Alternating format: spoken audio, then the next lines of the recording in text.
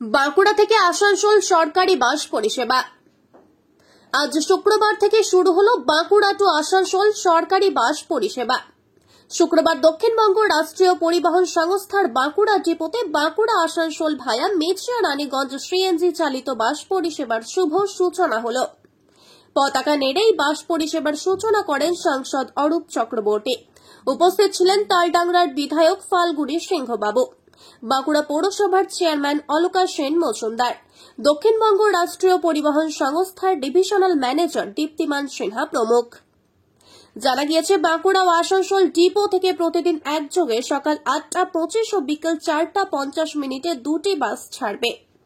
বাঁকুড়া আসানসোল প্রায় 59 কিলোমিটার পথে যাতায়াতের ক্ষেত্রে যাত্রীদের ভাড়া পড়বে মাত্র 48 টাকা। থেকে বাঁকুড়ার একটা ডাইরেক্ট জনসংযোগ বেড়ে গেল, পরিষেবাটা বাড়লো। মানে স্কুল আছে, সরকারি অফিস আছে, বিডিও অফিস আছে, এসডিও অফিস আছে, বিশ্ববিদ্যালয় আছে, কলেজ আছে। এদের যাতায়াতের অসুবিধা হতো। আসানসোল টু বাঁকুড়া, বাঁকুড়া বিশ্ববিদ্যালয়, Amarkanan college, Mejia college, BDO office, রোগী, বিভিন্ন ধরনের। আর আসানসোল থেকে বাঁকুড়ার একটা সরাসরি সংযোগ বাড়লো।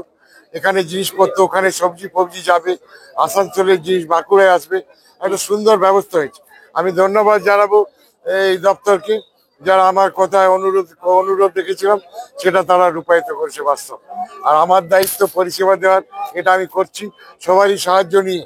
পৌরসভা, পঞ্চায়েত, ব্লক নেতা, বিডিও, ট্রান্সপোর্ট ডিপার্টমেন্ট সকলেই আমাকে এটাতে সাহায্য করেছে। আমি তাদের কাছে কৃতজ্ঞ, তাদেরকে ধন্যবাদ জানিয়েছি। কতদিনের মধ্যে এই কাজ সফল হলো? আপনি কবে জানিয়েছিলেন? দেড় মাস আগে, যেটা শিলিগুড়ি উদ্বোধন করেছিলাম সেদিন বলেছিলাম, আর আজকে এটা উদ্বোধন হয়ে গেল খুব কুইক। থ্যাংক ইউ, এর জন্য এদের ধন্যবাদ।